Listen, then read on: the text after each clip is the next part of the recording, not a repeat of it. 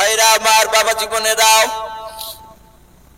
মদিনার 50টা মানুষ বাপ যে তাদের মধ্যে থেকে বয়স্ক লোকেরাও ওই তাম্বুর দিকে লক্ষ্য করে রাত্রিবেলা বলেছিল, বন্ধুরাও আমরা মদিনার যেই সব মানুষগুলো একত্রিত হয়ে এসেছি মক্কা নগরে, বলে হ্যাঁ আমরা এখনই তাম্বুর ভিতর থেকে বেরিয়ে ফাঁকা জায়গায় বসে পড়ি।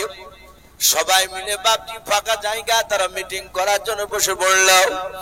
বয়স্ক লোকেরা ডাক দিয়ে বলেছিল, গো যুবক ছেলেরাও, তোমরা কি দেখেছো ওই মক্কার ওই যে তাম্বুর ভেতরে পাগলটা ভরা আছে, ওই পাগলটাকে কি তোমরা এর পূর্বে কোথাও দেখেছিল বলো? ওই যুবকরা ডাক দিয়ে বলেছিল, চাচা আজ জীবনে প্রথমে মক্কা নগরে এসেছে হজ করতে, চাচা আজ রাত্রিবেলা থাকার উপর সকালবেলায় কাবা তওয়াফ করে বাড়ি চলে যাব। ওগো চাচা আমরা এর পূর্বে কোনোদিন পাগলকে দেখে নাই। ওগো চাচা বলল, আপনারা কি ওই পাগলটাকে কোনোদিন দেখেছেন বলো? বয়স্ক লোকেরা বলে, না বাবা আমরাও তো দেখে নাই। ওই বয়স্ক লোকেরা বলেছিল, বাবা আবু জেহেল মক্কার বড় নেতা বলেছে রাত্রিবেলা যদি আমরা না যাই সকালবেলায় নাকি ওই পাগলটা আসবে আমাদের তাম্বুতে, আর ওই লোকটার কথাগুলো যদি না শোনা যায় সে নাকি পাথর দিয়ে আঘাত করে আমাদেরকে মেরে দেবে। ওরে আমার যুবক ছেলেরা, সকালবেলা আসার আগে শুনে নাও, আজকে গভীর রাত্রিবেলায় ও যুবক ছেলেরা তোমরা সবাই নাও, মাত্র 10টা যুবক ছেলে দাঁড়িয়ে যাও। 10টা যুবক ছেলে তোমরা চুপি চুপি তোমরা অন্ধকারে গিয়ে ওই মক্কার নগরের যে পাগলটা তাম্বুর ভিতরে বসা আছে ওই তাম্বুর বাহির চারিদিক থেকে তোমরা উকি মেরে দেখে এসো।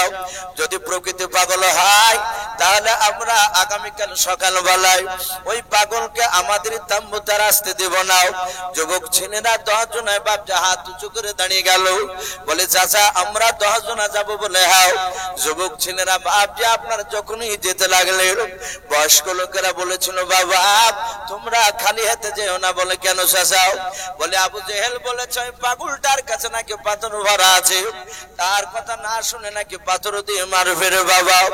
এই যুবকেরাও 10 জনায় তোমরা দুটো দুটো করে পাথর হাতে নিয়ে নাও, 10 জনায় 20টা পাথর নিয়ে নাও, আর চুপে চুপে তোমরা যাওয়ার পর ওই পাগলটা যদি তোমাদের পায়ের শব্দ যদি টের হয়ে যায় জানতে যদি পারে আর ওই পাথর দিয়ে যদি তোমাদেরকে মারে রে বাবা, তোমরা পাথর দিয়ে মারতে মারতে পাগলটাকে শুধু মক্কা ছাড়া নাই গোটা পৃথিবী থেকে তাকে বিদায় করে দেওয়া। ওই যুবক ছেলের বাপ যে মোটা মোটা তারা 10 জনাই দুটো দুটো করে বাপ যে তারা 2 হাতে পাথর নিয়ে বাপ যে চলে গেল। আল্লাহর নবী জনাবে মুহাম্মদ রাসূলুল্লাহ সাল্লাল্লাহু তাআলা আলাইহি ওয়াসাল্লাম দরুদ নবী আমার তাম্বুর ভিতরে বাপ যে বসে বসে কাঁদেন আর বলেন, আল্লাহ মনে হয় তোমার দিনকার বেশি দিন টিকে রাখতে পারবো না। আল্লাহ রাসূল বাপ যে কোরআন তেলাওয়াত করে গভীর রাত্রি বেলায় আল্লাহর দিকে বাপ যে হাত তুলে তুলে কান্না করেছিলেন, ওগো আল্লাহ তুমি আমাকে ধৈর্য ধরার তুমি তৌফিক করে দাও, বেশি বেশি করে যেন তোমার বান্দাদের কাছে যেন কলমানে তা দিতে পারে সেই শক্তি আমাকে দাও। আল্লাহর নবী কাঁদছিলেন আর মদিনার বাপ যে 10টা যুবক ছিল আল্লাহ রাসূলের তাম্বুর কাছাকাছি চলে গিয়েছে রে বাবা। যাওয়ার পর বিশ্ব নবীজির বাপটির চেহারার দিকে একটিবার যখন বাবা নজর পড়ল ওদের, ওরা সবাই বিশ্ব নবীর চেহারা দেখে বাপ যে তারা আশ্চর্য হয়ে তারা আপন আপন তারা 10 জনের মধ্যে বাবা আস্তে আস্তে করে বলছেন, ভাই এই মানুষটা পৃথিবীর মধ্যে কোনো পাগল হতে পারে না, বলুন সুবহানাল্লাহ। ওরা বলছে ভাই এ তো পাগল নয়, এই দেখ এত সুন্দর মানুষ আমরা জীবনের পূর্বে কোথাও দেখি নাই, বলুন সুবহানাল্লাহ। আল্লাহ রাসূল সাল্লাল্লাহু তাআলা আলাইহি ওয়াসাল্লামের অর্ধাঙ্গিনী বিবি মা আয়েশা সিদ্দিকা রাদিয়াল্লাহু তাআলা আনহা তিনি বলেন, আমার স্বামীর এত চেহারা ছিল, এত চেহারা ছিল হযরতে ইউসুফ নবী আলাইহিস সালামের জীবনীতে পাওয়া যায়। ইউসুফ নবী আলাইহিস সালামের চেহারা দেখে মিশরের সেই সময়কার নারীরাও তারা ইউসুফের চেহারার দিকে চেয়ে আর ওরা আপন আপন ফল কাটছিল। ফল কাটতে কাটতে তারা আঙুল কেটে ফেলেছিল, তাও বাপজি তারা ব্যথা বুঝতে পারেনি। মা আয়েশা সিদ্দিকা রাদিয়াল্লাহু তাআলা আনহা তিনি বলেন যে ইউসুফ নবী আলাইহিস সালামের জায়গায় ইউসুফ নবী না হয়ে আমার পয়গম্বর মুহাম্মদ সাল্লাল্লাহু আলাইহি ওয়াসাল্লাম রাসূল যদি থাকতে, ওই মিশরের নারীরাও তারা আঙুল নয়, তারা নিজের কলিজা কেটে ফেললো, টের পেত না। জোরে বলুন সুবহানাল্লাহ। এত সুন্দর হযরত আবু বকর সিদ্দিক রাদিয়াল্লাহু তাআলা আনহু তিনি মাঝে মাঝে বলতেন, আমি রাসূলের চেহারার দিকে তাকাতাম আর আমি পূর্ণিমার চাঁদের দিকে দেখতাম। আবু বকর বলছেন, চাঁদে দাগ আছে তো রাসূলুল্লাহর চেহারাতে দাগ দেখতে পাওয়া যেত না। বলুন সুবহানাল্লাহ। এত সুন্দর চেহারা। আমার বিশ্ব নবীর চোখের ভুরুগুলো এত সুন্দর ছিল, চুলগুলো এত মানান ছিল। আমার বিশ্ব নবী রহমতের নবীর শরীরের গঠন দেখলে মানুষ মুগ্ধ হয়ে যেত। আর সেই রসুলের বাপজির চেহারার দিকে চেয়ে ওই মদিনার যুবকেরা বাপজি তারা বলাবলি করতে শুরু করেছে, ভাই এই লোকটা পাগল হতে পারে না। আবার বলছে, ভাই ওই আবু জেহেল বললো সে নাকি মানুষকে ধরে মারে তার কথা না শুনলে, কিন্তু ওর চেহারার দিকে দেখ, ওর চেহারার দিকে চেয়ে মনে হচ্ছে ওর দ্বারাতে কোনো মানুষকে মারা সম্ভব হতে পারে না। বলুন সুবহানাল্লাহ। বহু মানুষ আমরা দেখতে পাই ভাই, কিছু মানুষ আছে বাপজি তার চেহারার দিকে তাকিয়ে কথা বলতে ভয় পায়। অনেকে আছে বলে চাচা অমুক লোকটা নেই, বলে যাও সামনে চায়ের দোকান। ছেলেটা গিয়ে আবার ঘুরে আসছে, বলে কি ব্যাপার বাবা ঘুরে আসলে কেন? বলে চাচা সাহস করে কথা বলতে পারলাম না, ভয় বলতে পারেন। আমার বিশ্ব রসুলকে নবী রাস্তা দিয়ে হাঁটলে বাচ্চা ছেলেরা পর্যন্ত তার মায়ের দুধ খেত, আর যদি পাশ থেকে একটা ছেলে দৌড়ে গিয়ে বলতো ওই মুহাম্মদ সাল্লাল্লাহু আলাইহি আসছে, নবী আসছে, তো ওই বাচ্চা ছেলেটা তার মার স্তনের মুখের দিকে দুধ খেত না। ওর মা বলতো বাবা দুধ খা, বলে না মা আমি নবীর কাছে যাবো। জোরে বলুন সুবহানাল্লাহ। নবীর কাছে গিয়ে ছুটে যেতে আমার বিশ্ব নবী তাদেরকে বুকের সাথে জড়ে ধরে চুমা দিতেন, আদর করতে। আল্লাহ রাসূল সাল্লাল্লাহু তাআলা আলাইহি ওয়াসাল্লামকে কোন মানুষ ভয় পেত না কথা বলতে। এটা হচ্ছে ইমানদারের আলামত। আমার বিশ্ব নবী রহমতের নবী চেহারার দিকে চেয়ে বলছে, ভাই এই লোকটা নবীকে মারতে পারে না, এই লোকটা এত ভালো। এরকম মানুষ আমরা পৃথিবীতে আমি মনে হচ্ছে প্রথম দেখলাম। ওরা আস্তে আস্তে বলা বলি করছে, ভয় আছে যদি পাগলটা যদি শুনে নেয়। আল্লাহ রাসূলের কানে কি আওয়াজ গিয়েছে? আল্লাহ দরদি নবী জনাবে মুহাম্মদ রাসূলুল্লাহ সাল্লাল্লাহু তাআলা আলাইহি ওয়াসাল্লাম দরদি নবী আমার আস্তে করে ডাক দিয়ে বলছেন, ওগো তাম্বুর বাইরে কারা? ওই যুবকদের কানে গিয়ে বাপ আওয়াজটা ধাক্কা লাগলো। আল্লাহ রাসূলের বাপজি গলার আওয়াজ এত সুন্দর মিষ্টি ছিল। মদিনার যুবকেরা তারা বলা বলি করতে লাগলো, ভাই আর পালানো যাবে না। বলে কেন রে? বলে দেখো পাগলটা যাকে আমরা পাগল বলে দেখতে এসেছিলাম, ওই পাগলটা আমাদের কথা আওয়াজগুলো শুনতে পেয়ে গিয়েছে, আমাদেরকে জিজ্ঞাসা করেছে কারা? চলো আর পালাবো না, একটু আমরা তার সামনে একটু এগিয়ে যাই। আল্লাহ রাসূলের কাছাকাছি বাপ যে তারা গিয়ে গোল করে ঘেরা করে দাঁড়িয়ে গেল। আল্লাহর নবী বলেন, বাবা তোমাদের বাড়ি বুঝি মক্কা নগরে নাই?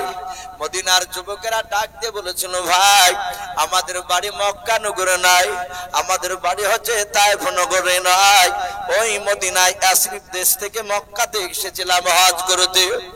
আজ দিনের বেলাতে তাম্বু টাঙিয়েছিলাম, রাত্রির বেলায় থাকার পর সকালবেলা কাবা তওয়াফ করে বাড়ি চলে যাব। ওরে যুবক তোমার পরিচয়টা তুমি দিয়ে দাও।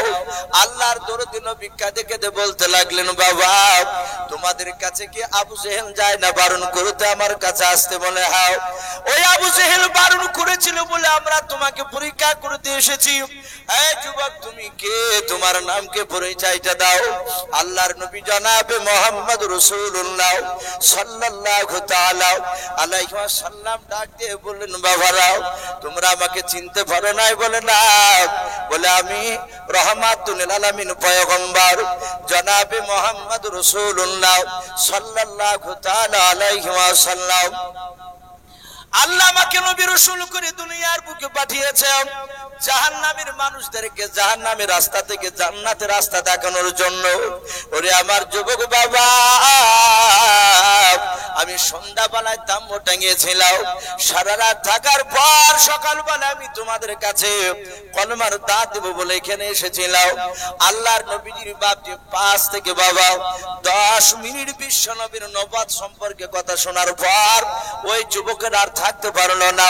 তারা সাথে পড়তে লাগলো কলমা লা ইলাহা, ভাই লজ্জা না, একটু মহব্বত পড়ে নি, লা ইলাহা ইল্লাল্লাহ, লা ইলাহা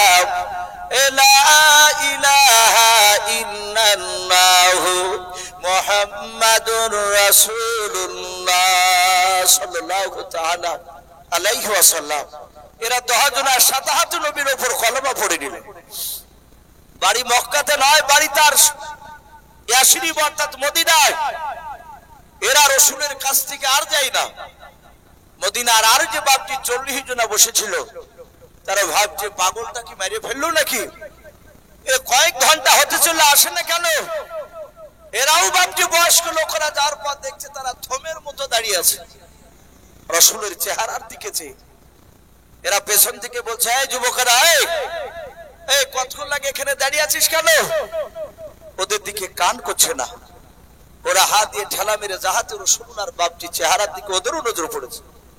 মনে হয়েছে লোহাকে যেমন চুম্বকে ধরে নেয়, নবীর চেহারার দিকে চেয়ে কেউ কাউকে কথা বলে না। তারা 1 পা 2 পা করে এগিয়ে গিয়ে রাসূলের বায়ান শুনছিল। তারা সাথে বাপজি ওরাও 40 জনায় কলেমা পড়ে মুসলমান হয়ে গিয়েছিল। বলুন আলহামদুলিল্লাহ। আবু জেহেল চেয়েছিল একটা মানুষের যেন রাসূলের কথা না শুনে, নবীর দলে যেন না যায়। চেষ্টা করতে গেলে একটা লোকও যেন না শুনে, আর সেখানে সবাই বাপজি কলেমা পড়ে মুসলমান হলো। বলুন আলহামদুলিল্লাহ। এই সব লোকেরা মক্কা থেকে হজ করে যাওয়ার পরে তারা রাসূলুল্লাহর গুণগান তাদের উদ্দেশ্যে বাপজি আলোচনা করত। তখন আল্লাহ রাসূল যায়নি। তা আমি বলছিলাম সেই ইয়াসরিব নয়, ইহুদির বড় পণ্ডিত সে আলেমটার কথা বলছিলাম। তার ভাতিজাকে বলল যে বাবা, তুমি সামনে দেশে ব্যবসা করতে গিয়ে যদি কোনো মানুষ যদি তুমি দেখতে পাও মক্কার মুহাম্মদ সাল্লাল্লাহু আলাইহি ওয়াসাল্লামের কথা আলোচনা করছে, তিনি নবুয়তের দাবি শুরু করেছে, ওগো ভাতিজা তুমি তাড়াতাড়ি এসে আমাকে একটু শোনাবা। বলে চাচা আমি শুনতে পেলে এসে বলবো। সাথে ভাতিজা বাপজি চলে গিয়েছে। আল্লাহ রাসূল সাল্লাল্লাহু আলাইহি ওয়াসাল্লাম সঙ্গে সঙ্গে বাপজি আপনার বলা হয়েছে আমার রহমতের নবী কলেমার কথা বাপজি সামদেশে লোকে বলা বলি করছে যে মক্কা নগরে একটা সুন্দর মানুষ নবুয়তের দাবি শুরু করেছে। ওই ইহুদির আলেমটা বাপজি শুনতে পেয়েছে। তার ভাতিজা এসে বলল, চাচা যার কথা বলছেন সে লোকটা কলমার দাওয়াত শুরু করেছে। বলে তাই? বলে হ্যাঁ। সাথে ইহুদির আলেমটা 5টা টাকা পকেটে ভরে নিয়ে সুজা বাপজি আপনার মক্কা নগরে চলে আসলো। এসে জিজ্ঞাসা করছে যে মুহাম্মদ সাল্লাল্লাহু আলাইহি ওয়াসাল্লামের বাড়ি কোথায়? কিছু লোকে বলল সামনে যাও দেখতে পাবা। আল্লাহ রাসূলকে দেখছেন, কয়েকটা মুসলিম ঈমান এনেছিল। আল্লাহ রাসূলের কথাগুলো শুনছিল। ইহুদির আলেমটা সুজা গিয়ে মুহাম্মদ সাল্লাল্লাহু আলাইহি ওয়াসাল্লামের কাছে গিয়ে বলছেন, এই ভাই, এই তোমার নাম কি মুহাম্মদ সাল্লাল্লাহু আলাইহি ওয়াসাল্লাম? আল্লাহ রাসূল বললেন, ভাই আমার নাম মুহাম্মদ সাল্লাল্লাহু আলাইহি ওয়াসাল্লাম। ডাক দিয়ে বলল, তুমি কি নবী প্লাস রাসূল? আল্লাহ রাসূল বললেন, হ্যাঁ আমি নবী প্লাস রাসূল। ইহুদির আলেমটা চিন্তা করছে এই লোকটা যে সত্য নবী তা আমি জানবো কি করে? অনেক ভন্ডা লোক তো দাবি করতে পারে। আমি একে বিনা পরীক্ষায় যদি একে নবী বলে মেনে নিই আর আদৌ যদি নবী না হয় তাহলে কিয়ামতের ময়দানে আমাকে জাহান্নামে যাওয়া লাগবে। আবার চিন্তা করছে আমি পরীক্ষা নিতে গেলে যদি আমি মারা যাই, ঈমান না আনতে পারলে আল্লাহ বলবে, এই আমার নবীকে পাওয়ার পর কেন পরীক্ষা নিয়েছিল? এটাও জাহান্নামের রাস্তা। ইহুদের আলেমটা বলছেন, আল্লাহ তুমি আমাকে দিন 15 বাঁচিয়ে রাখো, আমি কি পরীক্ষা না নিয়ে ঈমান আনবো না? পরীক্ষা নিবই।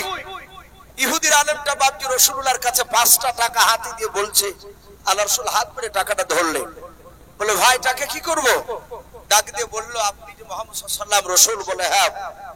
এই মুহাম্মদ সাল্লাল্লাহু আলাইহি ওয়াসাল্লাম, এই লাউদা করে বলছে, প্রথমে তো রাসূলকে চিনে না। বলে শোনো, আমি তোমার কাছে 15 দিনকার দিন আসবো, আর এই 5 টাকার বিনিময়ে তোমার কাছ থেকে আমি 20 কেজি খেজুর নেব। আল্লাহ রাসূল মুচকে হাসিতে টাকাটা পকেটে রেখে দিল। ইহুদের আলেম বাড়ি চলে গেল। 1 2 3 4 করে দিন ঠেলছে। 10 দিন বাপজি পার হয়নি। 10 দিনকার দিন সকালবেলায় সুজা বাপজি আপনার ইহুদের একদম মক্কা নগরে টাটকা ইমানদার সাহাবা হযরত আমিরুল মুমিনিন ওমর ইবনুল খাত্তাব রাদিয়াল্লাহু তাআলা আনহু, মাত্র 4 দিন হয়েছে মানানা। সেই দিনকার দিন 4 দিনকার দিন ওমর বসে আছে নবী দরবারে। আর সেই সময়তে বাপজি ইহুদের আলেমটা সুজা এসে আল্লাহ রাসূলের কাছে এসে বাপজি এইভাবে